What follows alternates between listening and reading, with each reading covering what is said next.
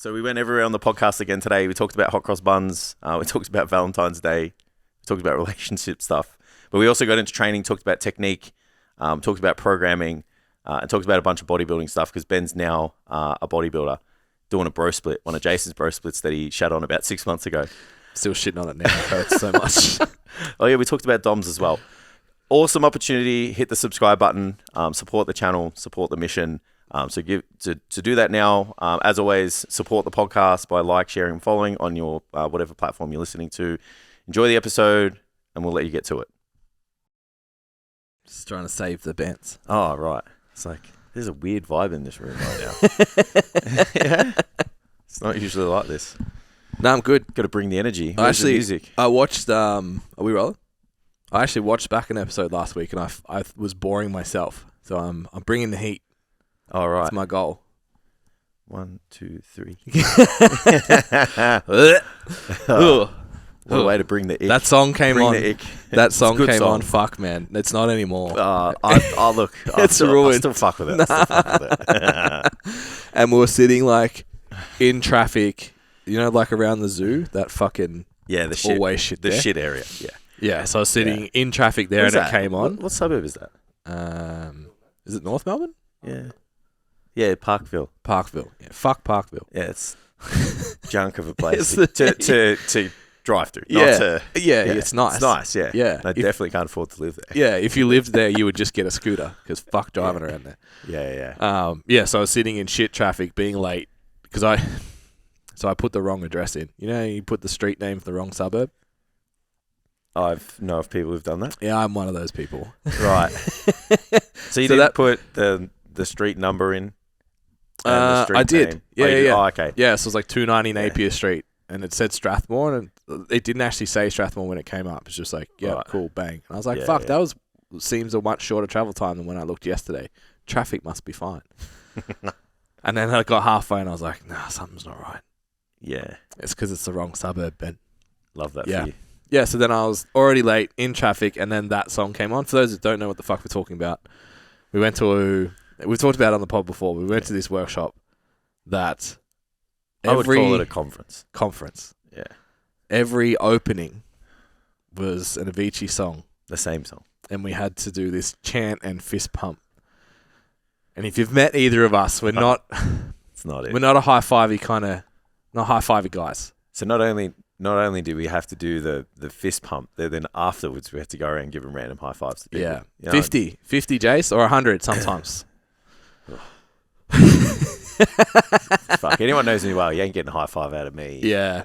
So that song came on in that situation. I let it play long enough to take a photo to send it to you, and then it was off. I actually probably haven't listened to it since, so it's probably some merit to that. Yeah, I was just on a rant. I think it was actually Avicii Radio on Spotify, so it was high risk. It's just like, why'd you have to pick a banger to ruin? Yeah, I agree. Yeah. It sucks. It's like sometimes you might need that pick me up when you're at the gym. You want a change of theme. Yeah. Shift from metal to something a little more upbeat. Yeah. Oh, my music is like my personality at the moment. It's just erratic. All over the place.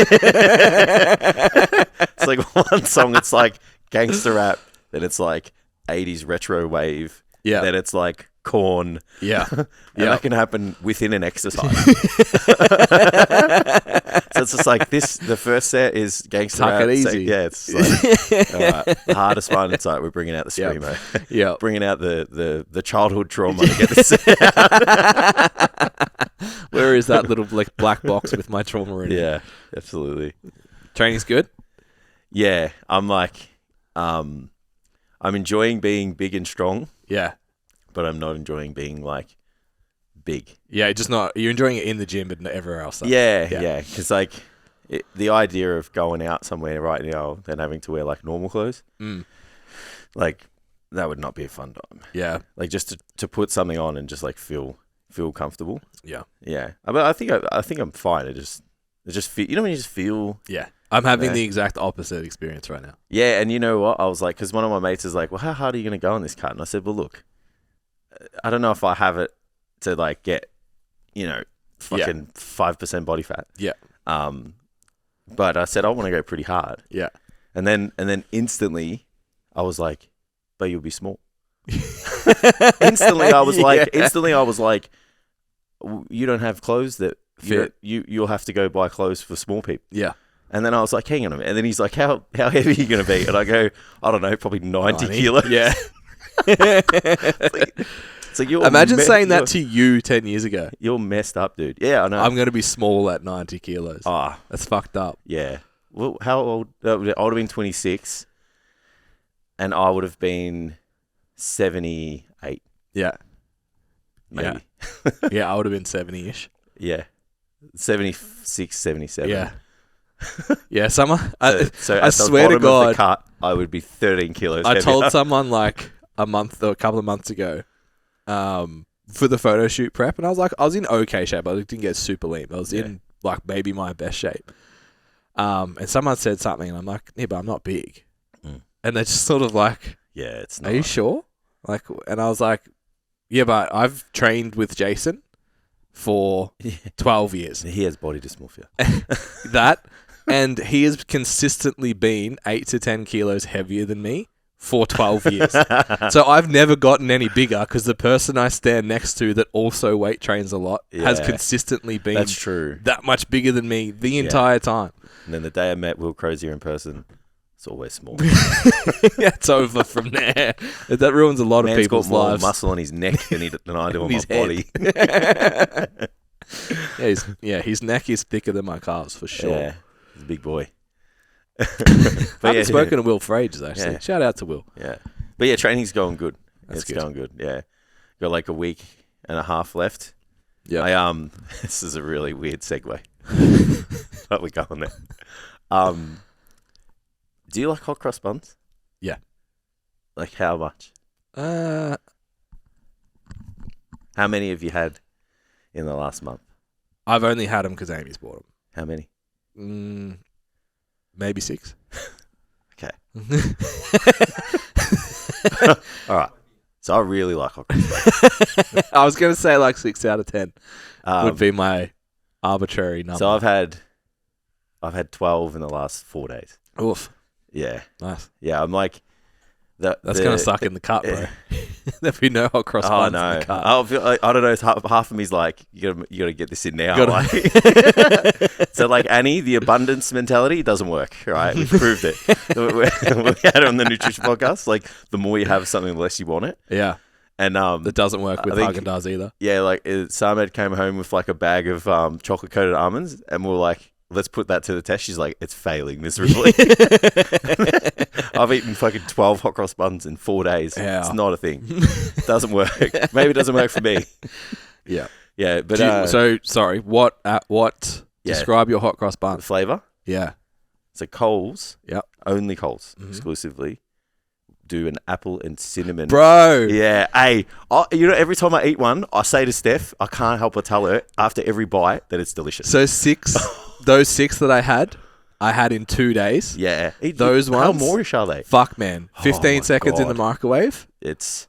I'm too impatient. I just don't buy them. I just eat them. Yeah. I'm too impatient. I can't wait the 15 seconds. I'm like, this has to go. It's time. I've eaten that many of them. So that's only in the last 4 days. I've eaten lots of them.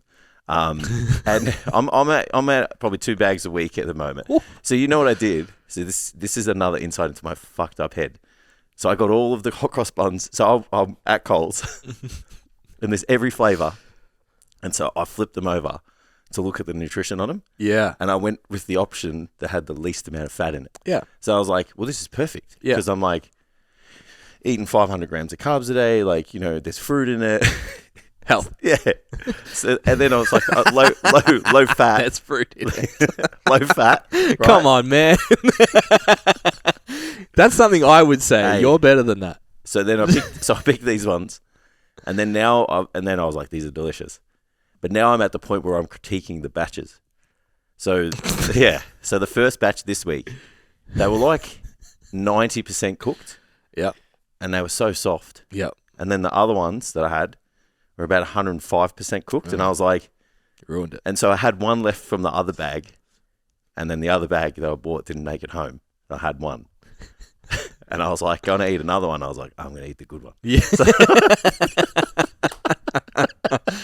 The connoisseur of hot cross buns. And I've eaten different types too. So the chocolate ones are good. I would put the chocolate and the apple on par, but it's just like the chocolate ones, I feel like I can only eat a couple of them. I only like the chocolate ones toasted with butter. Yeah. Yeah, I don't know how. I would never just grab one and eat it. It feels a bit too gluttonous for me, says the guy that ate 12 of the other ones in 4 days. Yeah, but it's rich. It's like heavy. Yeah, and like, you know what else I don't like? Is it sticks to your fingers. Yeah. You know how people tell you to make that bark? With the, It's like it's a fucking mess. The second that they take that out of the freezer and take the shot is the only time it's good. It's actually bark. Because then it's all over your fucking fingers. Yeah, and it's melting by the second. Yeah, have to eat it with chopsticks. Yeah. But I had the Biscoff one. Dude. I haven't had it, but I'm already... You know what the problem... You know what the problem with it is? It's not the Biscoff. It's the bun. Oh, I see. So it comes in a like, you know how there's a difference between like the packaging in the bakery and the packaging from like a place that's made it, weeks in advance. Yeah. The packaging alone was a red flag. Yeah. So it was just like... Biscoff's not made on site. It's kind of like made on in a cake, like a cake wrapper. Yeah. And then the bun, I reckon I could pull it and stretch it. Yeah. Yeah, so when I ate it, it felt real heavy. Yeah, it just felt real heavy and shit. Yeah. So I was like, I didn't want to publicly announce that they suck. Yeah. One of my clients was a big fan. But now I haven't. Yeah, but I feel like it's the Biscoff. So when something's shit, it's like she loves Biscoff. It's like putting cheese on something. Yeah. It's like, it's delicious. Like, is it that good? Or is it? Or just cheese? It's just based in cheese. Yeah. Yeah. It's kind of like cheese is the equalizer of a bad meal. Yeah. It's just like chuck a bit of cheese on it. Says poor white people. Cheese and gravy. Do you know what'll fix broccoli? Put cheese on it. Yeah. No, it won't. Yeah. Oh, like cheese sauce and shit. Yeah. I still can't eat cheese sauce. I can't. You know how you were saying last week about your mum making you eat your dinner for breakfast? Yeah. I had to eat a broccoli casserole. So it was just broccoli with cheese sauce. Broccoli casserole. Yeah, well, it's just broccoli and cheese sauce like that. It's the just saddest meal Yeah. So, I've ever heard. You know what's even sadder? When you don't like it. Yeah. And then you just have to sit at the table until it's gone. So then you have to eat it cold. Yeah. So I didn't like broccoli for, I reckon, 10 years. And I still don't eat cheese sauce. Yep. Cheese sauce has like that, the memory of cauliflower for me. That's the shittest vegetable. Yeah, I agree. So I just like, nah. Yeah.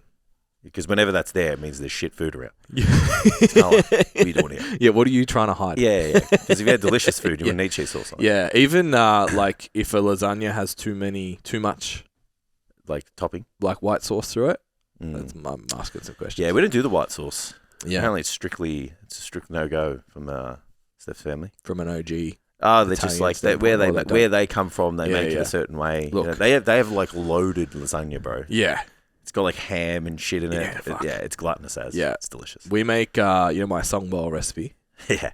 Is that the one with the tomato soup packet in it? Is that you? Can yeah. Can of tomato soup. Can. Yeah, it's better. Can of tomato soup. Can of tomatoes. Barbecue sauce. Whooshy sauce. Garlic, and herbs. The barbecue sauce is such an interesting addition. Isn't it traditional to put like sugar in it? You're asking the wrong person. Yeah. Yeah. Just because I look like I know doesn't mean I do. You're the ready, steady cook guy. They're supposed to put. Then I'm pretty sure they like traditionally they put like carrots in it to like take the acidity away, right? And then they cook it down to like a really fucking. So we do that thick. the like slow to get it thick, but then we use that mince in lasagna. It's fucking elite, man. Yeah, elite. So we go out and the sauce makes lasagna because like realistically, what else is it? It's just pasta sheets. Yeah, and cheese sauce. Yeah, sometimes. Yeah. So back to the hot cross buns. What about OG ones? I haven't yet to have one. Do you like them though? Yeah, I don't mind them. They're not as good as the Apple ones though. Now. Yeah. So I would have a OG one. Yeah. Over a chocolate one. Yep. But the Apple ones are the goat. Yeah. So I would have apple, and then chocolate, and then the OG. But if the apple wasn't there, I would have the OG then the chocolate. Yeah. Because it's like the apple one gives me like the fruit thing, that I like. Yeah. And then apple and cinnamon, man, it's the fucking best. Yeah. Anything with apple and cinnamon in it, sign me the fuck up. I was laughing because I feel like I'm going through a bit of an apple and cinnamon phase. Because there's you know when I got all those muesli bars? Yeah. So half of them are apple crumble. I just and then half of them chocolate. I just had a flash of the K-Time Twists. Yeah, they're also apple good. and cinnamon. Yeah. Oh. Yeah, it's a pretty goated combo. Yeah, I remember Liz from Flex Success got me on them when I was bulking a long time ago. They're fucking amazing. It's just expensive. It's expensive way to get calories. Yeah. $1 per calorie. Yeah. It's not there. Yeah. Yeah, but I'm a fan. Like fucking a pie, a strudel, a crumble, whatever combination of pastry, it's apple, and cinnamon, I'm fucking in. One of the best white people desserts. Yeah. Yeah, it's the best. Yeah. Or I don't know about because I don't know many of them because someone will be like, this is better, but yeah. I'm putting it above golden syrup dumplings. My father will be ashamed of me, but I'm putting it above ahead of golden syrup dumplings. Yeah. A much more easily made meal. Oh, actually, no, you have to make the whole thing. We just buy it already made. Yeah. Yeah. Yeah, you just can't go buy golden syrup dumplings. Yeah, that's it. You have to, every time it's a process. You can't just go to the shops and buy just get Nana's pie. And you can even get low-fat ones. Yeah. As in low-fat pies or golden syrup dumplings? Pies. Can't get low-fat dumplings. Yeah. Yeah, it's not so a thing. Explain to the audience what a golden syrup dumpling is. I actually don't even know what the ingredients are. Isn't it like a scone? It's basically a scone boiled in golden syrup. Yeah. Is that the best way to describe it, Michael? Yeah. A scone. So make a scone. Boiled in Don't cook it. Put it in a pot of golden syrup. Boil it until it expands like a scone. And then put more golden syrup on it with ice cream. Yeah. So what happens to the golden syrup that you boil it in? Is that just extended? Just like caramelized. A lot of it absorbs into... Yeah. Is there leftover golden syrup though, or does it soak it all up? Yes, there should so you're be. losing a bit of golden syrup on the other side. Yeah, so Dad likes to have it chewy. I don't. Yeah. I don't like... So do you boil the golden syrup in the golden syrup and then take out the... What? So you boil the scones in the golden syrup. Yeah, that's better. And then you take out the scones. Yeah. And then you pour the golden syrup sauce that was from in the... Yeah. So you're not using a new... Nah. Because there's a lot of golden syrup. Yeah, no, the caramelized sauce. Right. Because it thickens. Of course it does. Yeah, when you boil it. Interesting. Yeah. It's pretty nice. It's very rich. Yeah, it sounds... You need a very... I feel like that's like the cheese thing, though. You can't lose. Yeah, so served with in particular, a connoisseur vanilla ice cream.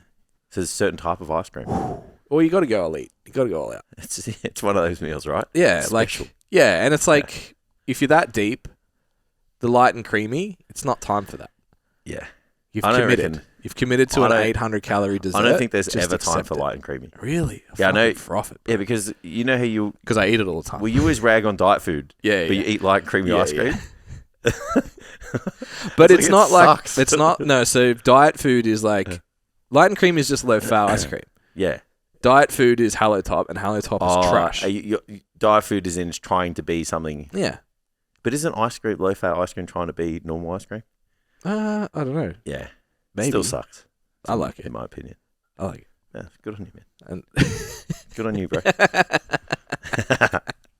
So my training's going good. That's great. What a circle. Yeah, absolutely. Tell us about your training. What'd you do this week? So we've had a big build-up because I posted last night that I've done... I don't think I've done... I was trying to think the last time I'd done 10 reps. Yeah. And that was probably at least 6 months ago on legs. It's absurd that that's a landmark for someone. Yeah. Yeah, but like I can see how it would be. And then I was like, when was the last time I did 15 reps of a leg exercise? Oh, I couldn't even... Oh, actually, no. Yeah. So when I did my running block, I was training with Max. Shouts out, friend of the show. Yeah. I still don't think that had 15s in it. So I'm thinking like 15s, 5 years maybe. Yeah, but like, is that like on a compound movement or just any exercise? At all. It's interesting. Yeah. Like I might have done 10 to 12 on a leg extension. Yeah. But yeah, definitely not. So how'd you go? I don't know. I don't actually remember the workout. So I heard it so long ago. So I put myself in the corner of the gym because I went at broccoli head hour. Yeah. 5 p.m. because I was That's how committed I am right now. I love that. I'm fucking game on, bro. I love that. It's like, yeah, you're just going to have to deal with it. Got to do it when you got to do it. Gonna have to deal with it. That. You don't want to go at 7:30, so just fucking go now. Yeah, I would 100% go at 5 instead of 7:30. So I hid myself in the corner for my split squats because I used no weight because I could not use any more weight than my body weight. I'm not laughing at that because I probably can't either. Yeah, it was tough. It was tough. Yeah. And my plan was like to reach all the volume, but just keep the RIR responsible. Because I just wanted to be in the gym for the time. So for the people at home, Ben's doing one of my bro split programs. Yeah. That he shat on probably about 6 months ago. If you go onto the STC app, you can get free access to this exact program for 30 days. 30 days free. Yes. Swish. Yeah. So what I did was, we'll tell the backstory. So I only wanted to train 4 days. So I didn't really look, and I just like assigned myself the 4 days in the app. Yeah. So you would have assigned like 4 months of training too. This is 4 blocks. No, you just push one block at a time. Oh, can you? Okay. Yeah. So I I didn't know that. I pushed the first block, and I was like, I was doing the press session. I finished it, and I was like, "What's tomorrow? Oh, quads. Cool. Wait, that's just quads. Yeah. What's the next day? Back. Okay. It'd be quads with one hamstring. Yeah. And then vice versa. And then it's hamstring with quads. Yeah. And then I was like, oh, that's a hamstring day. Nah. So I went straight home, deleted the program, and I cleared my calendar. And I was like, you can fuck right off. So, I trained legs every day for, how long did I powerlift? 7 years. You can fuck off. So the other program though, so my question is, even though you downloaded the 5-day program and deleted a leg day, the leg days are the same still. Yeah, no, I changed it. Oh, yeah. Okay, so you just selected exercises that you liked. No. Oh, okay. No. I don't like split squats. Oh, you left them in there? There's only one leg press in my gym. It's really annoying. So I left that in there. Proud of you, man. But, I'll come back to that. Just put a little, put a sticky note in the leg press. Little asterisk to the proud of you part as well. So split squats, then I did leg extension. Bro, 15 reps, the pump, haven't been there for a long time. Yeah. And you know I'm a spewer, right? Yeah. You know I'm high. Yeah. I'm a flight risk. Get the defib out. I'm a flight risk for a vom after a leg session. Basically, if my core temperature gets too high, there's problems. We didn't get there last night. But I felt that amount of lactic acid that I was like, oh. Maybe it's just like... I'm going to spew by the end of this intolerance block. Or something. I don't know what it is. Do you reckon that's why you moved to powerlifting? Just at a biological level? Well, it definitely was more enjoyable than throwing up. Just biologically, you just can't take high reps. So, I did my leg extensions. Then I had 45-degree glute focus back extensions. I chose that instead of RDLs. I just didn't want to do RDLs. Yeah. Hinging's a real, like, you only have one option. Yeah. 2 options. Really. Good morning and I get a real good stimulus from that. So I'm like, I'm not focused on a massive ass and big hamstrings right now. Yeah. But I'd like my hips to move well, so I wanted to do something. So I did that, and I did lying hamstring curl. It's a good combo. Now the problem was, the leg press was taken the entire 55 minutes I was in the gym. By the same people? Or? Nah. Oh, okay. Yeah, so it's like the personal trainer was on there, and then I was like, I'll keep an eye on it. And I was doing my set, turn around, like, fuck. I was like, 3 children on there. They're going to be half an hour. So I didn't get my leg press in. So you didn't go over there to impose yourself? No. Sorry, I'm going to add it. I'm going to ask if they have. I'm going to add it to my arm session on Sunday. Ooh, anabolic. Remember when... Yeah, train legs first. Yeah. GH. Yeah. What was it? Growth hormone spike. Train a big muscle group first and then a small one. Yeah. And the small ones will get a greater... What a time to be alive when we're just idiots. Imagine being in a time... Imagine if we were this age earlier and you could just make shit up. Yeah, fuck. And no one would be... And because there was no... Like, you didn't even have that much of a microphone either. Yeah. You're only talking to your gym. Yeah, you're only talking to your circle. Yeah. Yeah. Who's going to stop me? Unless you say that hit is not hit on the internet, then Lyle McDonald comes in. Yeah, that was an interesting time. It's a perk of my career. Lyle McDonald commented on one of my posts. Yeah. And he was wrong. You heard it here first. I stand by it. Soundbite that, Tam. I'm going to tag you. So walking down the stairs was a real problem. Oh, you've got to go. So it's because you're a level 1 type 3. gym. Interesting. Level 3. Love that for you. Yeah, and I refuse to take the lift. Yeah, I like that. Yeah. So wait, do you refuse to take the lift every time? Yeah. I've never taken the lift there. What if you have like crippling leg DOMS? I haven't had them since I've moved to Gisborne. Yeah. just saying. I think we'll find out tomorrow. Yeah. There might be some times where you made that. Those might be 3 stories too much. Yeah. So, yeah, walking down the stairs was a real problem. So I got to my car and I was like, oh, fuck, we just confirmed golf for today. Oh, yeah. And I was like, oh, I'm going to be not okay. Like, you have DOMS before the end of the session. Mm. Like, you're like, that first one's bad. This rep, I felt the rep that created muscle damage. Isn't it so interesting how that happens? So I was like, okay, I'm going to be in a world of hurt. I went home and I did probably the dumbest thing ever. I picked up my child who was asleep and I laid on the couch for an hour. Yeah. Because Amy had to do shit and I'd been to the gym. Yeah. I think she made dinner and stuff. She's like, you've been to the gym, I'll do it. And I was like, I probably should do it, but okay. You've had a big day. You had a big day with all your recreational activities. I think that's also like this child has been on me for 18 hours. I want to get up and fucking move. Yeah. So, and feel productive as a person. So then I got up after that and I was like, I'm sore already. It's a real problem. Mm-hmm. So got up for the 1:30 feed this morning. Went to the bathroom and I was like, I think you're right. Nothing. I'm okay. We're good. 5:30 alarm. I'm all right.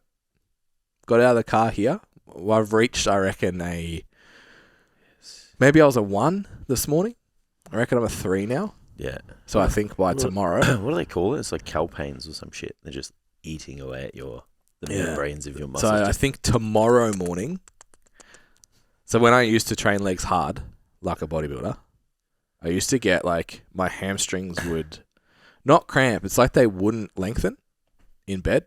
So if I'd roll over, I'd like get this like fucking bouncy kick thing. Oh, yeah, that happens to me all the time. Yeah. So I haven't had that for years. So I'm expecting the next couple of days. I thought there was something wrong with me. No, because it happens a lot. I just like roll and I'm like, my legs start shaking. I'm like, sometimes I'm like, maybe I should tell someone about that. Yeah. Just ease one of my deepest apprehensions. I got you. So I think I'm okay for golf, maybe. But hey, we found the hilliest golf club in Melbourne to play at. I haven't thought of that. Fuck, that second hole. Yeah. Some bullshit. Yeah. It's only the second one, though. No, it's up and down the whole 9. It's not that bad. The second hole's the worst one. Yeah. And it's just consistent. Especially when you rip one into the rough. Yeah.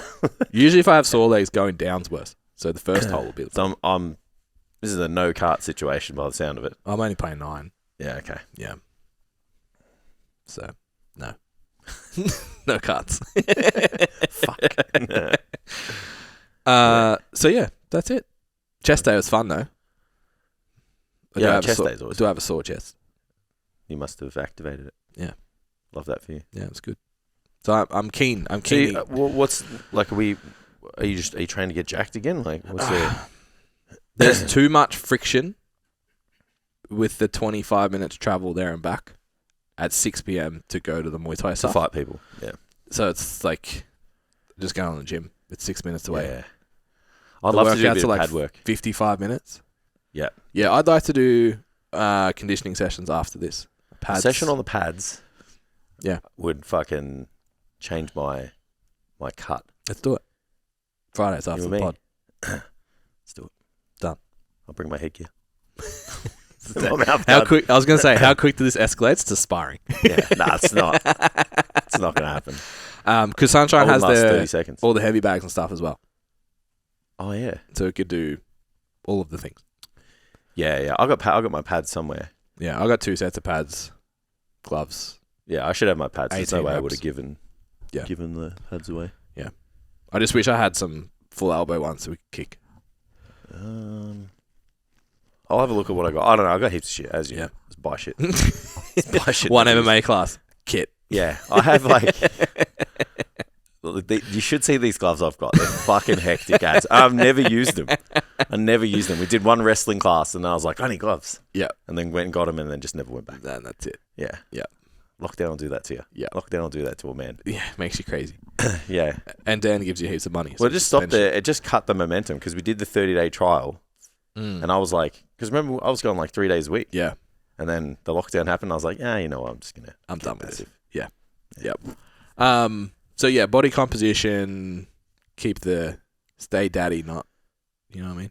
Yeah, absolutely. No daddy bods only. Of course. Yeah. I'm starting to feel myself again. It's a bit nice. I feel like the hormone levels has started to level out a little bit. Yeah. Just motivated to train. Yeah. Just interested in it. Yeah. Like I just wanted to, I was like, would have rather go for a run than go lift weights. Really? Just had no drive to move load at all. Yeah. Cardio is way more appealing. Yeah, right. Are you doing any running or? No. Oh, God, no. No, I'll keep up the one session, and I'll just like be a nerd and YouTube like technique and stuff, and just play with it by myself. Yeah. Because I did really enjoy it, and the session that I posted was really fun. Yeah. So I'll just try and do that once a week. Yeah. Lift weights 4 times a week. You know? Just be a massive Just dad. get fit, tone up, you know? I love that. All right, quick break in the episode, guys. Just wanted to talk about coaching. So we at STCfit are committed to taking your body composition, training, performance, your health and well-being all to the next level. Our experienced team of coaches are ready to help you get the most out of yourself. You don't just have to be a powerlifter or a bodybuilder or an athlete. You just need to be somebody who knows that you have a lot of potential and want to reach it. And you can join the team by heading to the website, submitting a coaching inquiry form, and one of our coaches will get in touch with you. All right, let's get back to the episode. Did you guys do anything for Valentine's Day? Is that a thing for you? Not this year. Yeah. Yeah. Do you normally do stuff? Not really. Yeah. No, we're kinda it's the same. it's not one that we make a big deal of, to be honest. Yeah, we have event fatigue. Yeah, I think it's that. Yeah, and then our wedding anniversary is next month. Yeah, well, same. Well, mine's in like, I don't know, a week. Yeah. So it's like Valentine's Day, wedding anniversary. And then Steph's birthday is this weekend. You guys I'm pretty sure her birthday is the weekend you guys got married. Yeah, I think you're right. Yeah. What date did you guys Yeah. know exactly what the date is, right? Yeah, of course you do. I was actually thinking about that a couple of days ago. I was like, I can't remember the date. So I remember it. I have Steph to look doesn't. at my I'm good with chopping numbers board. and stuff though. Like I remember them. I don't remember. I remember shit like that. Birthday is nothing. Yeah. Yeah. So I do have a Valentine's Day story. So I went to the gym. Yeah. And then had to do some groceries. So I was like, I'll get Amy a card and just like a fucking crunchy or something. So the lady at the counter was good. She was like, I won't put the card in the bag. She just doesn't get wrecked. Like, thanks. So put it in the trolley. Put the bag, groceries in the trolley. Yeah. And I put the trolley away and took my bag and left the fucking card. Yeah. So I had to go home and be like, I bought you a card, but it's not here. It's on the receipt. Yeah. Yeah, but that's fine. Yeah. Yeah, we don't do it. Yeah. Any of that. Like, I don't know. It's like, it's 18 years. It's like, she can't. I'll tell her. I posted on my story. Yeah. Yeah, I don't like the idea of it anyway. Spent a long time sifting through all our wedding photos. Do you reckon it's just like, so obviously it's there so you spend money and do whatever. But do you reckon there's people that just only like say on that particular day that they love their partner, like, or pretend to? Yeah, well, out of obligation. Yeah, you know what I mean? Like, I don't want to be there. I don't want to be like that guy where it's like, oh, every day's Valentine's Day. Like, you know, like you're every day is Are You Okay Day. Yeah, every day is Valentine's Day. I don't want to be that dude, but it's like, surely, I think once or twice a week, you're like, I think like, Valentine's Day is like a dating thing. Yeah, so it's a way of like high school, and then if you're single, yeah, or like, you know, like not. Oh well, I guess because you would send. Isn't it like traditionally like you would get a card off someone and they would say, will you be my Valentine? Yeah. Right, yeah. Because that's part of it. It's like that could be a lot of first dates. Yeah. It could also be a good opportunity to shoot your shot too, because it's like, you know, love is in the air. Agreed. Like, it's like you don't want to be alone on Valentine's Day. You might be able to get them when they're going to take the 6. Yeah, it's okay. It's like, yeah, you get them, kid. Every other day of the year you might want an 8, but Valentine's Day, you're alone, you're taking a 6. 364 days, you're going to train for this moment, man. But yeah, I think it's like it's definitely a high school day to shoot your shot. Yeah. And then I think if you're still in dating stage as an adult, or like honeymoon period of your relationship, it's like then it is important. Yeah, just so many days. Yeah, once you get. Yeah, because after that, it's like, well, we have an anniversary, we have a wedding anniversary, we have. Yeah, it's like we need Valentine's Day for. Yeah, absolutely. Because like if you're not married and you're not like officially together, there's no days. Yeah, that's so Valentine's Day is the day. Is the and day. The birthday. Yeah. Yeah. Yeah, I get that. We've solved it. Yeah. So if you're an adult celebrating Valentine's Day, even the gifts thing, I'm like, fuck, man, like, just buy my own shit. Yeah. I buy Amy a chocolate. That's it. Yeah. I don't ask for nothing. Yeah. Because I have it all. I'll just buy it for myself. myself. Buy yourself. I bought this for Valentine's Day. I'm the worst to buy presents for, man. Yeah, me too. Amy the older I get, the worse it is. She's like, the amount of times Amy has bought me something and I buy it inside the time she's purchased it and the event is outrageous. Yeah. See, I'll I don't know. This is a reflection of my erratic personality. Because in the right moment, I'll buy anything. It doesn't matter what the price is. And then every now and then, it's like the other side of Jason comes out, and he's like, "I'm not fucking paying that." Yeah. Absolutely. It's just like, I can literally wake up the first thing I can do when I wake up in the morning is buy something. Like literally open my phone, see an email, buy, go back to sleep. Yeah.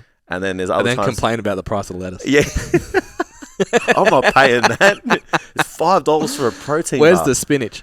Steph bought me like 4 protein bars the other day. I was like, were these on special? She's like, no. No, was your front runner t-shirt, dickhead? You just spent $20 on protein bars. Yeah. Oh, Jesus. That's wild. I'm a special person. So a good one from during the week.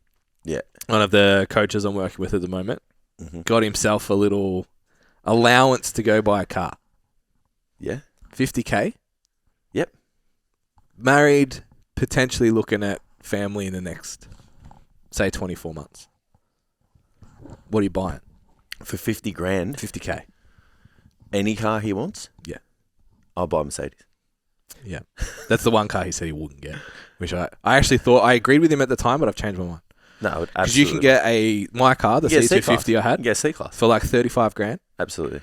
And you would have to put away, I was thinking about this, like, as I was driving in. Yeah. You just have to put away like $40 a week. Yeah. For your servicing. Yeah.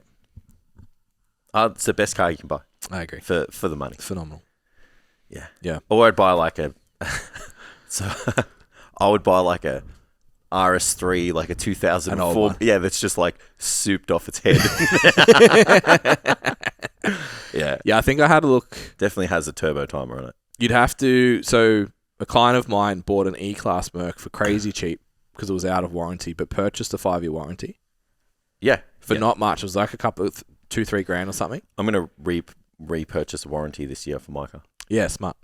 So I think if you could get, so what was mine? 2019, I think. Yeah. 2019. 2018 maybe mine was? No. It was 2017. Oh, it was. I bought the CLA a couple of months after. So I had a look at those the other day and they're only 35. Yeah. So you could probably get a newer one. Yeah, you get same model as mine, 2019 badge. Yeah. Easily less than 50K. Yeah, that's sick. But yeah, off of the AMG or just nah. Yeah, just C-Class. No, my one's probably pushing on. I looked the other day, it was like 77. I was like, I paid a lot of money for this. It's like bought at the peak. Yeah. Bought at the peak of the market. My client lost 150 grand on an S-Class. Yeah. That's in like 2 years. Yeah, I think I'm down 30. How rough is that? I'm down more than that because I put a deposit on it too. I don't want to talk about it. Anyway, so the only other options I would put in there, only because of the family element, I suppose you get the C-Class wagons are more expensive because they're rare. The car we have, the Karoq Sport, Skoda Karoq Sport, you would get at that price now. Phenomenal. Very happy with that car. Yeah. The only thing I don't like about it is the seats. You can buy a brand new one. Like, what are those? You can buy like a brand new Kia or a Hyundai or something. Yeah. Like, so they kind of look cool too. Yeah. Jump into at the moment the Outlander, Mitsubishi. Yep. But I don't know what they look like. Yeah, they're their 5-seater. They're quite sporty because my plan was literally to go back and buy 2 more Karoqs. Right. It's just like, just give me 2. And they're like, oh, we're not making them anymore. Like, fuck you guys. No one bought them. No, they're going like EV and shit. And EV more expensive. I don't think we're ready. No. So my next car. People's houses are burning down and shit with them. Yeah. Fuck that. You have to now. You have to buy insurance. Your premium is greater on your house if you have an electric vehicle, and you charge your car in your house. Fuck it. Because it might burn down. Fuck that. See, last summer California asked everybody not to charge their cars for like 2 days because the power grid was under pressure. Yeah. Okay. And I think it's like 2030. They're like, no more petrol cars. Yeah. It's like, what the fuck are you gonna do? They're gonna backtrack on that shit. It's for wild, sure. man. Wild. Yeah, they're gonna backtrack on that. What else? Tam, what would you get for 50k? Where would you look? I'd also like I like the Passat. Like Sylvia or something? I think you get 50 grand. Sylvia. Old WRX. Oh yeah. My first thought family car is Evo wagon. Evo wagon. Evo 9 wagon. Yeah. You can get a good one for 30, 40, but 50 would be safe. I know this client is definitely not buying a race car. Yeah, it's a family car. Yeah, I'm not the person to ask. Yeah. My car has 2 seats. I don't know. Because fuck people. Yeah. If you sit in the back, it can put people in the back. If you're sitting there, I don't want to hear you fucking complain. Yeah. Yeah. I'd probably say like Kia. The new... Okay, I'll ask a different question. What small or mid-sized SUV would you buy right now? Any mid-sized SUV though? It's a reasonable price bracket. 50. Not a Genesis. 50. Not $110,000. Like a Tiguan or something? Yeah. They're pretty expensive, actually. I'd go Mazda. Yeah. They're also fucking expensive. I can't believe how expensive they are. I thought buying a Mazda like CX-5 was like buying a Hyundai or a Kia, and it is not. They're very expensive. Oh, the SUVs. Yeah. Yeah, right. All of them. Trying Everything. to move up in the world. Yeah. I reckon all cars are expensive, so the ones that were cheaper are just now in the normal price. But even the gap from the i30 to your car is pretty big. Mazda and Hyundai are definitely going in that direction.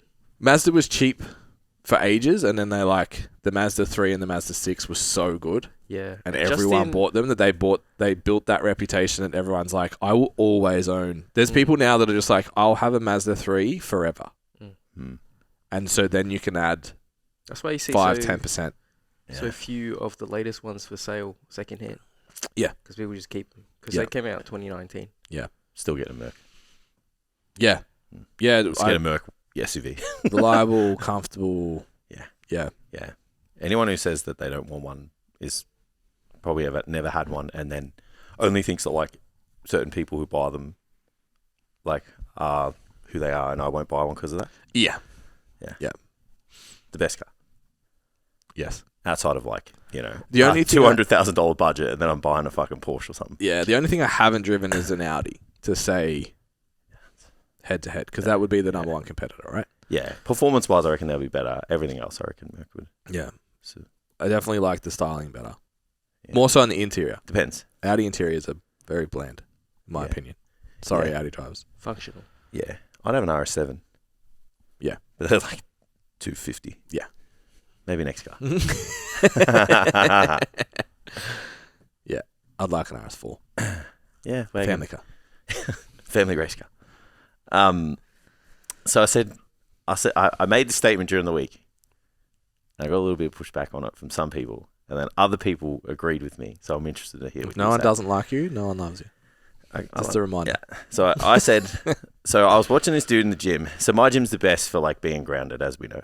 Yeah. Because there's just a bunch of people like trying to make it that don't actually want to put the work in to learn. Mm-hmm. So they just listen to like the next other person who's trying to make it. Yeah.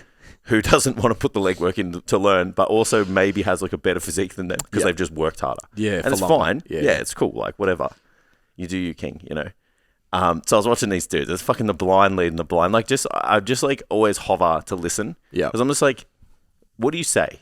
Yeah. And how do you get to that? So they were talking about like they're on the chest supported row, and they were just talking about like getting more back activation by like the way that they need to like have their fingers kind of hooked onto the handle, and then like all this other shit.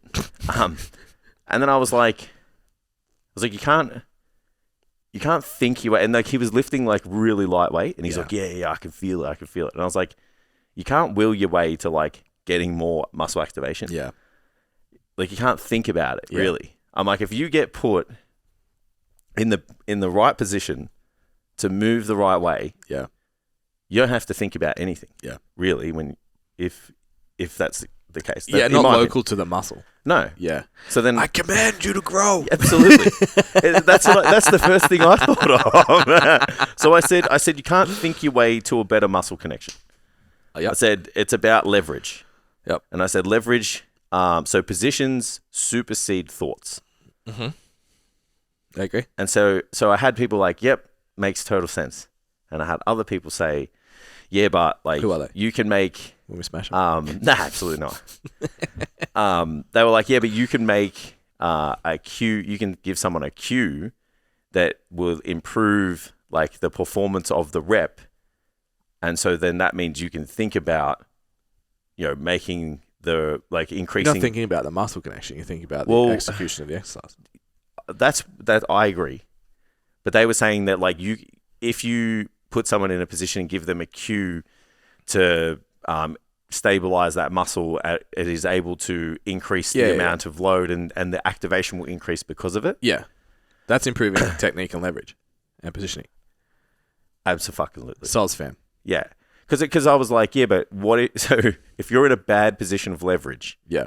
Like if I've got my feet wide on a leg press, right? Yeah, I can't think my way to my quads working more.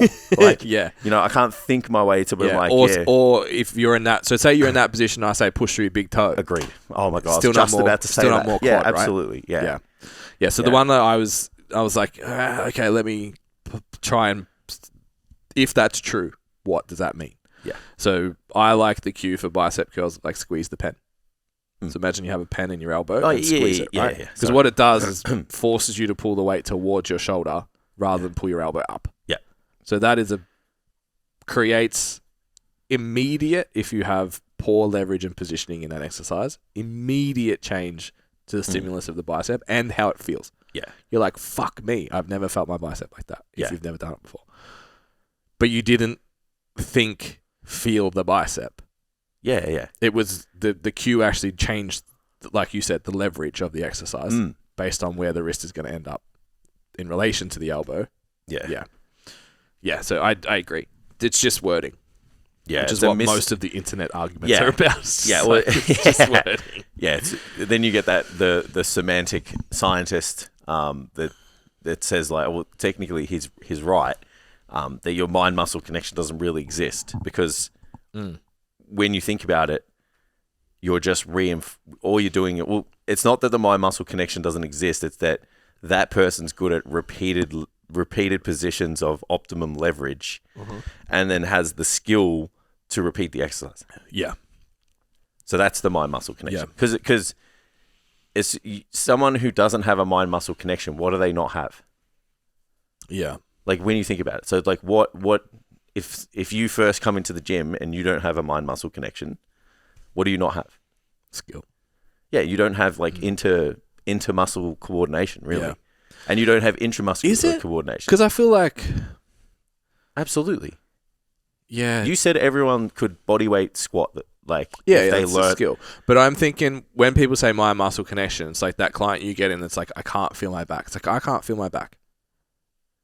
Do you know what I mean? Like, I don't get because people think my muscle connection is, so when I train biceps, I can feel every single fiber in my bicep every rep. Yeah.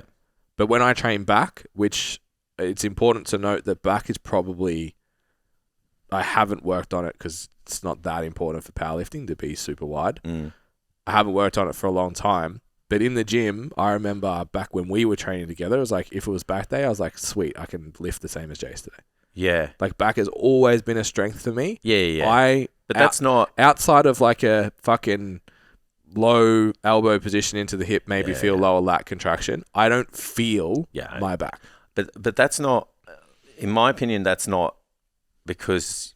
You don't feel it because you have a greater amount of wiring from your brain to your muscle. But that's what people think my muscle connection is. You don't have a really optimal signaling to that particular muscle. Yeah. It's just your leverages maybe complement that, or even like your muscle bellies complement it, like where they attach on to from the origin insertion. So you have like, I don't know, like what is it, like greater internal moment arms, like at certain angles of a particular exercise. So that means that muscle is able to generate more force than. So you and I go both into a movement. Yeah. Your back and my chest. It's like our muscles are generating more force because, like by design, in that exercise with that leverage, we're loading that muscle differently. Yeah. So it's not. So that's what I'm saying though. It's like the only way you load that muscle though to your maximum capacity is you have the skill to do it. Yeah. Yeah, and the appropriate position. Yeah. So your first dumbbell row. Yeah. Trash. Yeah. Your third, your 20th. Yeah. You know, so when people say mind muscle connection, like, and then the semantic crew come out and say it doesn't exist. It's not like by definition, blah blah blah. Yeah. They're kind of right. Yeah. But it's just, but the meatheads are describing something different. Yeah. You know, they're describing, they just can't find a way to describe it. Yeah. But it's the same. It's just like, when I get into this position, I feel this muscle better. And it's like, yeah, you just have the leverage and the skill. Yeah. So it's like leverage and skill equals mind muscle connection to me. Do you have muscle groups that are a weakness that you feel really well? Hamstrings. Yeah.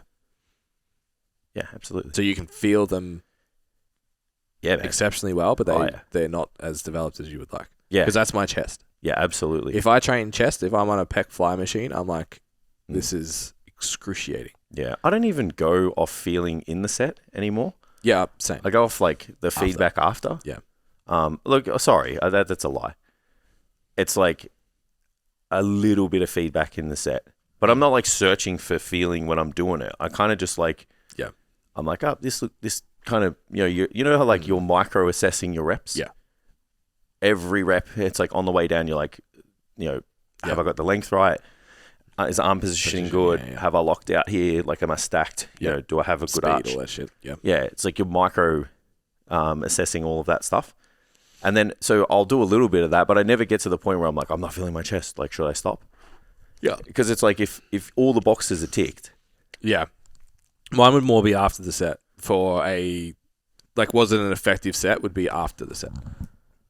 So if I like did a chest press and then finished my set and I was like, I have more blood in my chest, like I have a pump. It's like, it's probably a successful set. Yeah. But I think, the mind muscle connection thing is interesting because I think most people would assume that just means feeling it. Yeah. That doesn't always mean effective because that's what gets you into the trap of then going, well, I feel this because I'm consciously contracting my back on this chest supported row with 5 kilos and I feel it, but it's doing fuck all. Yeah. Whereas if you loaded that thing up, you probably can't feel it. Absolutely. You just because you don't have the leverage. Yeah. So like I was watching this dude and it was like, they were on a chest supported row trying to I think they were trying to work rear delts. And I was like, like fucking 10 kilos. Yeah. Like you're absolutely going to be able to do that. Yeah. And then I was like, as soon as you start to add more weight though, like you don't have the leverage anymore to just work that. Yeah. So if you don't just want to work it, I mean, like I think it was not a great exercise to pick it anyway. Yeah. Because if you wanted to leverage that, you would just use other positions. Yeah. To bias. Yeah. Right. Not because you can pick a movement that just works everything. Yeah. And usually a row, like prone grip, slightly adductive humerus, like you're getting everything. Yeah. Majority of it. But as soon as you add the load, you don't have the leverage anymore, which means you don't get the activation you would like. So then all of a sudden, like you don't have the mind muscle connection that you think you had that you don't now. Yeah. And the pitfall you go into is, like you said, you would start reducing the weight to chase that. Yeah. When like you could just go into some form of like isolated rear delt exercise and then you're like, cool, like you have the leverage now. Yeah. Like every weight, every gram you stack. Yeah. Majority of that load is going to your rear delt. So if that was the intention of the set, like have at it. But yeah, I feel like the people that disagree like just don't understand like leverage, like they don't understand biomechanics. Yeah, well, it's interesting that you said the Q thing because the Q is changing position. you're not. It's optimizing position. Yeah, you're not thinking more contractile force. So the cue sits below the leverage. Yeah. So if you had a checklist, yeah. The positioning is always number one. Yeah. And then cueing is... Well, the cue, yeah. I would argue that the cue is only going to... The goal of the cue is to improve position. Absolutely. It's to enhance where you are. Yeah. Like we said, if your legs are out like wide and you're trying to optimize quads, like you can't think your way to that. But like if you have the right leverage, you can then optimize the leverage with the right cueing. Mm-hmm. So they would like just flipping them. Agreed. You know, which I found really interesting. Yeah. Because we always go with the philosophy of cue, like positioning before cues always. Agreed. Yeah. But I feel like that's because we understand leverage. 100%. And that's what makes us, I hope, effective online. Yeah. Is because you're not there to give active feedback all the time. It's like, I just got to put you in good positions. Yeah. If I can put you in good positions, then the good things can happen. You stop doing leg press for hamstrings. Yeah. Remember the feet up? On the edge of the plate with your heels? Yeah. Have you listened to our boy Chris and Mike? I haven't. That man, we've had a few back and forwards about evidence-based being dead. And then we spoke about, I think my first episode back, we're talking about how potentially it's not. It's just the old way of delivering it is dead. Yeah. It has to be engaging. Yeah. The podcast is like 2.5 hours. Yeah.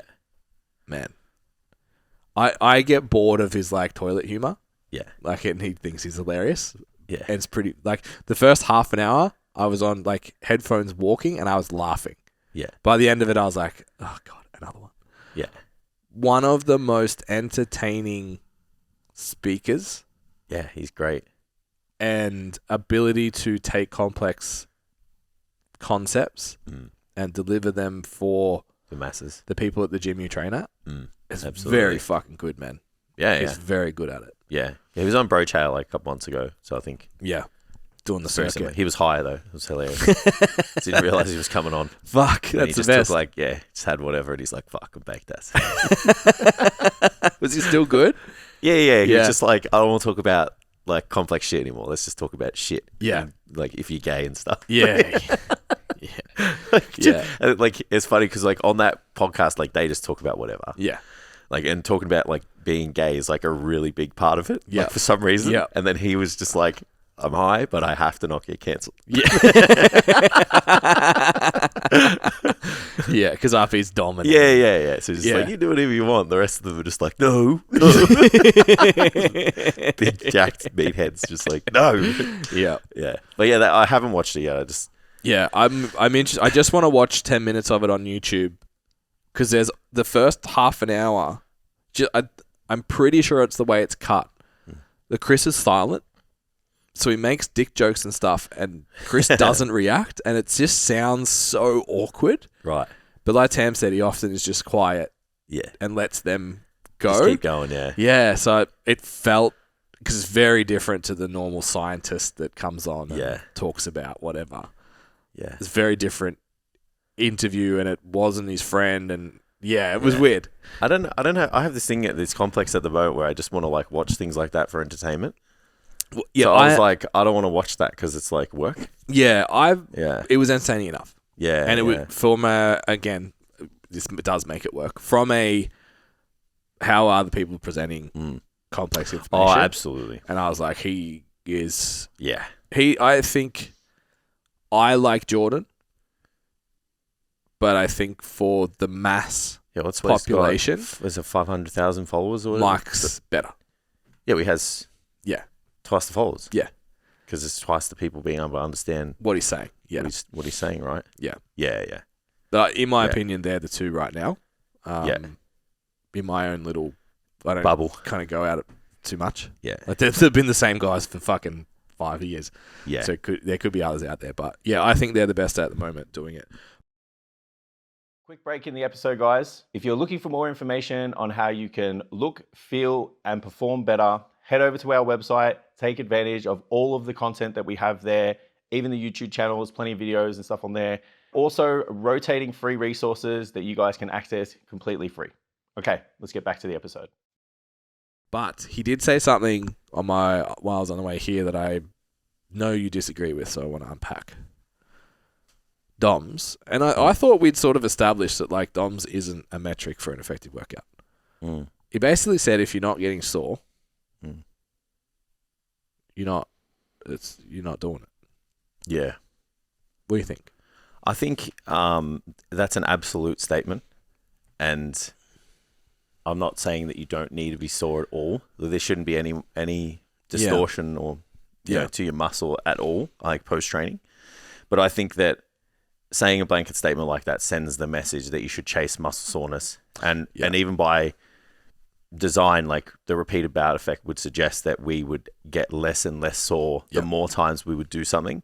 And then so like I trained chest 2 days ago, and it's like if I do that, it's like, oh yeah, I feel it. Yeah, so I think in the context of the hour, so that is what he's saying. Yeah, but he's using it across and then so but the problem then is like people will interpret that if I don't have debilitating soreness, it's a problem. Yeah, but debilitating soreness is a problem because you've got to show up for your next training session. And if that's affected by to be fair to Mike, leading up to all of that, it was you should train the second you no longer feel weaker, you no longer have interruption. Like you think you could do more, the same if not more, as you did last time. That's when you should train the muscle group again. And set all of those metrics up. Yeah. And then was sort of like, I think you should still have some soreness regardless. He's like, if you're doing a leg session and you're not sore at all, it's like, So in context, it was a whole... Absolutely. It wasn't like he posted a meme, if you're not sore, you're a fucking pussy. Yeah, like, I get it. In the context of an hour, it was just when he said it, I was like, oh... Like, particularly because props to him, talks about like PEDs in it very briefly. But I was like, for a juiced athlete, like... Yeah, I was going to say, that's significantly different. Yeah. Like, It's like, it's a lot. It's going to be way less. Yeah, way more sore.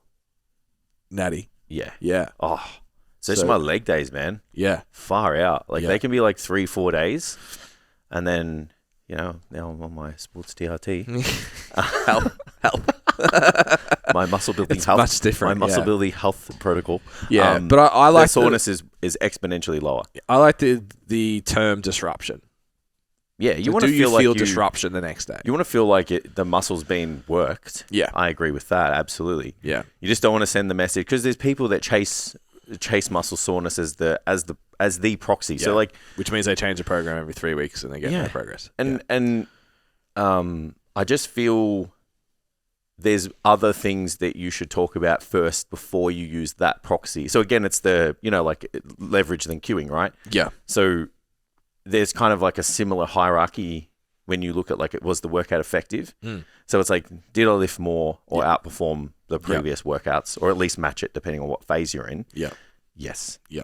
So that one sits leaps and bounds above everything else, which to be fair is the first thing he introduced. Yeah. So then I think the way Mike works selling his proxies for an effective workout is absolutely, it's like, did you feel some form of distortion to the target muscle that you worked, like post training? Yep. Absolutely think that that's valid. Yep. Yeah. Just the magnitude of it probably needs to be described, because it's the first time you do something, you're always going to be sore. Like I did like my calves, man, so sore, because I did these like stretched partials. Yeah. And because it was the first time. Yep. The soreness is so calf DOMS sucks, man. Yeah, absolutely. We don't talk about it enough. Yeah. Calf DOMS is one of the worst. Yeah, absolutely. It's not nice at all. It's going to be fun walking up those hills today. But the problem I have with the soreness thing, the reason why I don't talk about it a lot is because if you take time off, and then you come back, you experience the most amount of soreness that you'll ever experience, right? Yeah. So if you Stay tuned to my Instagram stories tonight. So if you sit there and say that like soreness is this thing that, we need to make sure we have, that would suggest if you're using soreness and the magnitude of it, that session is the most effective for muscle growth. Yeah. Isolating the muscle soreness, right? Yeah, so you isolate the muscle soreness. You don't isolate. Yeah. You're not looking at this in like a, did I lift more and all that kind of shit. Yeah. So that's where the problem lies. So I'm going to have massive legs next week. Well, that's what I would suggest. And you just need to get sick and get COVID, have a week off and come back to and then you have the most anabolic workout after that. Yeah. Yeah. And just change your program every month. Yeah. And you'll get sore and you'll be huge. Yeah. Yeah. Yeah. Obviously. Sometimes I have this philosophy where it actually should work the other way. Because the less sore you are, the more time your muscle can spend getting bigger. Working, yeah. Like that's the way I... Yeah. So when it's... If you go alarm phase, disruption to the muscle, that is going to decrease the performance of it. So this is like general adaptive syndrome, right? Yep. Then you have adaptation phase where it's like getting bigger and then it doesn't feel sore again. Yep. So the less disruption you have... Yeah. the faster it can adapt to get back. Yeah. That's how I see it anyway. Does D.O.M.S have any relationship with fatigue to stimulus ratio? As in... So if you've done a workout that created a shitload of D.O.M.S, regardless of stimulus, is that an indicator of higher fatigue? Would D.O.M.S create any kind of nervous system impact that? I would suggest so. I don't know. There's like 8 different ways that you get D.O.M.S though. Yeah. They've kind of worked out. It's interesting. So that would still send... So... Even just like psychological fatigue. Yeah, I was just going to say, it's anecdotal at best, so whatever. Yeah. But you would still have some form of feedback loop going back to your brain saying you're sore. Yeah. Don't train hard. Don't do this. Yeah. You know, I don't even know if there's probably mechanistically something that happens, like, you know, even at the supraspinal cortex that, you know, they say like if once you have CNS fatigue and experience a certain amount, that will directly affect the amount of motor unit recruitment that you have during a session. Mm-hmm. Who knows if D.O.M.S has something to play with that? Yeah, because it was like we've spoken about perceived RIR or like RPE. The perception of how hard a set is affects fatigue. Yeah. Well, how hard a set is, how complicated an exercise is, will create fatigue. So that's interesting. So it's like if I do my low fatigue exercise, leg extension, but get debilitating D.O.M.S, that becomes a less favorable stimulus to... Well, the only thing with that is like the recovery time is shorter though. Because it's less fatiguing because it gives you the stimulus in the muscle more than anywhere else. Agreed. So then the time to recover is still shorter than if you beat the shit out of your joints.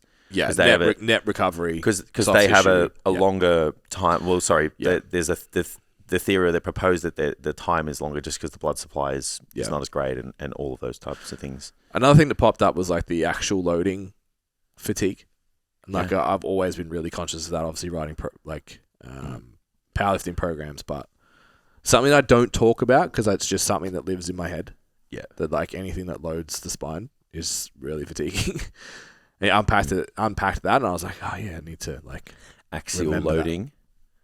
Yeah, axial loading is definitely, and that's part of the reason why, because like bodybuilding is traditionally high volume. So like it doesn't matter if you sit there and you're a low volume bodybuilder or a high volume bodybuilder, you're doing high volume than most other training modalities, right? Yeah. It's higher than powerlifting. Even low volume bodybuilding is high volume powerlifting. Agreed. You know. Yeah. So then because of that, you have to take into consideration like axial loading and complex exercises, even just big multi-jointed movements. Yeah. Because they're hard and difficult to perform. Yep. That also is going to affect like the rate or the level of motor unit recruitment, muscle fiber activation that you're going to get in an exercise. And then like we spoke about last week, the more the workout goes on, that starts to magnify. Yeah. Because you got fatigue as well as complicated. And over a week. Absolutely. So you have to take all of that into consideration when you're putting a program together. And that's where like people will knock full-time bodybuilding training. You don't know how to do a bodyweight squat. You've never done a lunge in your life, blah, blah, blah. We're going to do high rocks, though. It'll be fun. Yeah, absolutely. But it makes more sense to gravitate most of your session towards stuff where like things aren't really on your back and on your shoulders. Like you might do 1 or 2 exercises for your leg day where you've got a bar on your back. Yeah. Even then, maybe not, maybe once. Yeah. Because you got a bunch of other shit to do. Yeah. You know? That's, more favorable. Well, that's going to allow the person to perform for the target outcome, which is train to a proximity where all your muscle fibers are active and there's slow contraction velocities and there's lots of tension in the muscle, which is going to kickstart that cascade of anabolic signaling that is going to grow your muscles outside the gym, providing that you eat protein and have lots of calories. Yeah. And sleep. And sleep. Don't forget to sleep. Tam, we don't have a timer. How we doing, Bruce? 110. Oof. Wow. I thought we were just getting into that. We talked about carbs for a very long time. Make sure the time The intro was good. The intro was good. Yeah. Yeah. But anything else? Leverages over thoughts. Yeah. Don't think your way to a good workout. Set up properly. Yeah. You get in better positions. If you have a good program too. Because I would argue that like, if you just had a better program as well, you wouldn't need to search for these like finicky movements to get more out of X. Yeah, because you know everything's in its place. Well, it's like this is for this. Yeah. And that is for that. Yeah. So you don't have to go to this to try and get that. It's like we're going to do that later. Correct. Does that make sense? Yeah. So, yeah. It's the secret seekers, right? They're just always looking for... Yeah. It's like if you just use this the way it should, if you set up the way you needed to in a particular movement and just lifted the weight and use cues to magnify the leverage. You would then go to another movement to work on the thing. Yeah. Whatever that is, you know? Yeah, I agree. So maybe it's leverage. No, leverage cues. Does good programming sits above both of them then? I think so. Absolutely. Yeah. Oh, let me think about that. You have to have a good program. If someone has good technique, and what you're describing to me is technique. It's how you set up, it's how you execute. Yeah, it's all of those things, right? If someone has good technique with no program versus someone who has a good program but doesn't execute well. Very true. I think the execution person still who at least does progressive overload, right? Who still does more than last week. I think they still win. Yeah, absolutely. Absolutely. But I think you can take someone with average execution, give them a good program, and they'll get superior results, but they'll also improve their leverage. So that works well for that. I was going to call my ICA for that demographic. Yeah. So that you take the demographic of like the dude with no program who's just chasing something special and doesn't have the muscle mass that he wants. Yeah. He needs not only good technique, he needs good program. A good program goes a long way. Yeah, because the good program, like if you know that you're effectively activating your rear delts on your shoulder day, and you don't look for that in a chest supported T-bar row. Yeah. Agreed. Yeah. Like you're not looking to get more out of your rear delts in that exercise. Like, bro, that's there to load your fucking rhomboids and traps, really. And I think depending on the grip. Because I'm a bodybuilder now, in 2 sessions. Yeah, sweet. Hey, let's do this. Let's turn this into a bodybuilding podcast. Let's see it. I've forgotten to even talk about strength. I've waited for 8 years for this. In a strength context, and my bias is obviously being an online coach as well. Yeah. I only have 6 minutes to influence how your prime lifts look a week. But your program, I can influence how your prime lifts look via selecting the right exercises that put you in the right leverages that then in turn improve execution elsewhere. Yeah. And you can do that in bodybuilding too, though. Agreed. Yeah, I do everything. Because even when I had that, this guy asked me what I was doing in my workout and then told me he would never do it. Yeah. But thanks, bro. But the premise of it was, I was like, well, I train all this stuff first. So then when I train this, that stuff's all tired. Agreed. So I do the reverse of pre-fatigue. Like people pre-fatigue the muscle. Yeah. Well, I'll pre-fatigue the muscles around the muscle. Yeah. So I should just train front delts every time I go to the gym first. And then maybe my chest will grow. Possibly. So that's where programming can still solve the problem too. Yeah.